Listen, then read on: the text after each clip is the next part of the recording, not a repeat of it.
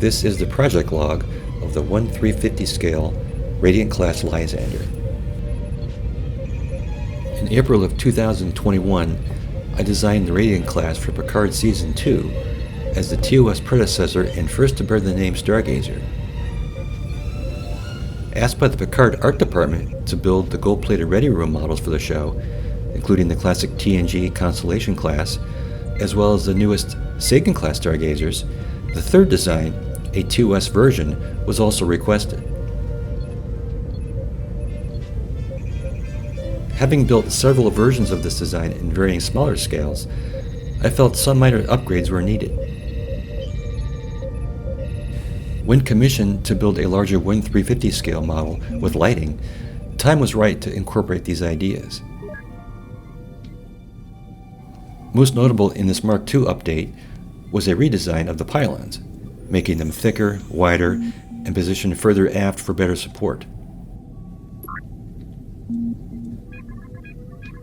My friend Sean Charlesworth engineered the original versions for print for the show and also did these new modifications for the 1/350, including all the internal bracings, tabs, sockets, part separation, and window punch-outs.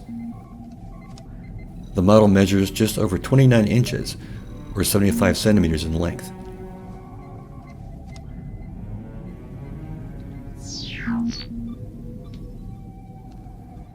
As always with my builds comes a brass armature, which provides overall support, integrity, and a mounting point for the model. Using a hollow central mast, the main power is also routed through the stand from the base and into the model. The armature is made with 1/4 inch square brass tubing, cut and pinned to a foil-covered corkboard, and then soldered together with a butane pencil torch. The 4 bassards are built with a motorized and backlit system. The motor mount is designed to accommodate a standard 5-volt, 30 RPM hobby motor and a 32mm 8-diode LED light ring. This internal design and mechanism was borrowed from the previous project, the Excalibur. This arrangement includes a geodesic impeller mounted to the motor shaft, an interfrosted dome, and outer orange-tinted clear dome. To reduce the noise of the geared motors from transmitting through the hollow nacelle, a circular section of foam rubber is placed behind each motor mount. All parts are sanded and primed with Mr. Surfacer 1000 Gray. The nacelle end caps are painted in alclad chrome with a bit of jet exhaust airbrushed around the ends. The engineering hull components are also sanded and primed to remove residual traces of 3D printing and facets in the 3D geometry. The impulse engines are lit with an RGB LED light strip controlled by Arduino.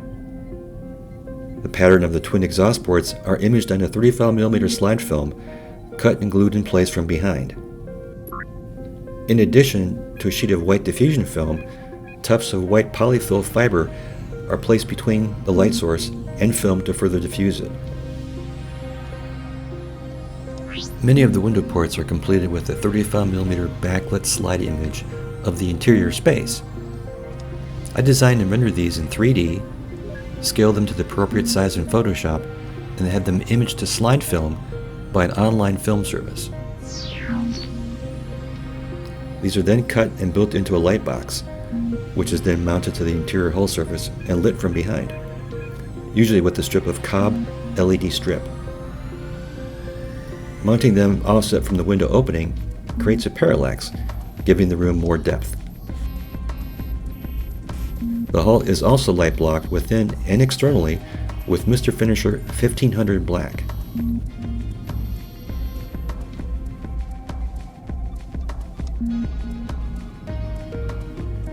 Other lighting besides the usual navigation and strobe beacons is the self-illumination spots for the hull, hangar door, and pylons. These are created using a 2mm tower LED within a brass tube, which focuses the light into a tight spotlight beam effect.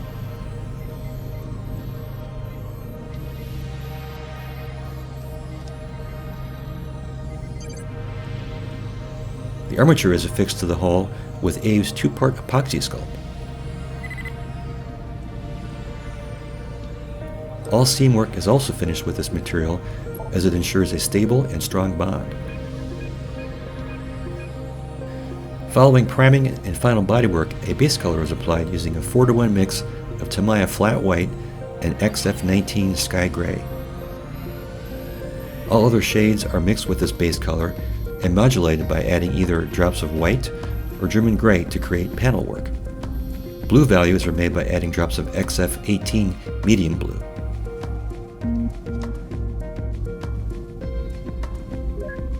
Primary mask rings are made with a large circle cutter I've rigged using the bladed end of an alpha circle cutter clamped to the end of a compass ruler. 2-inch wide green frog tape is laid out on the cutting mat, and the cutting rig simply spun around to the roughly measured diameter needed. An oil wash of Tamiya black panel liner is applied overall and wiped clean with an odorless mineral spirit.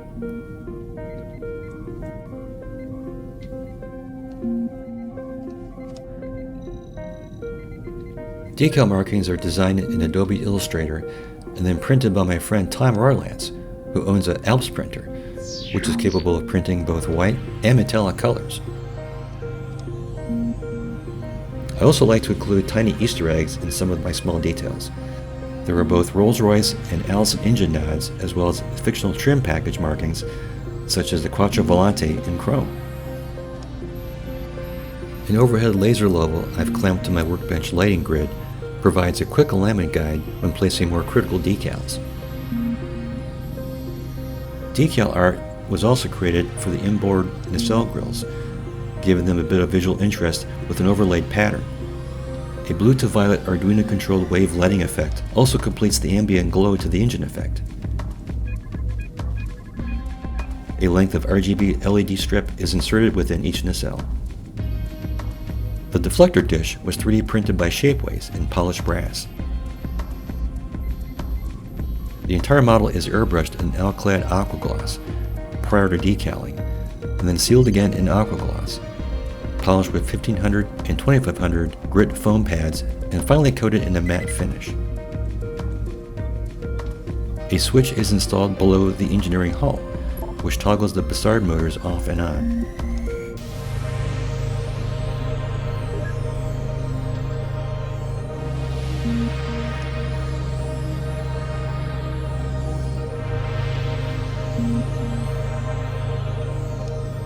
This project took about 250 hours to complete.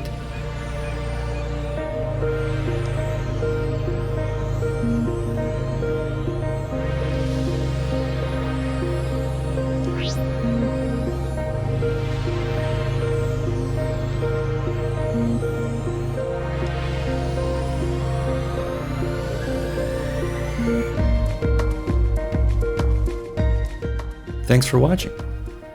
Be sure to check out some of my other Starship model projects on my channel.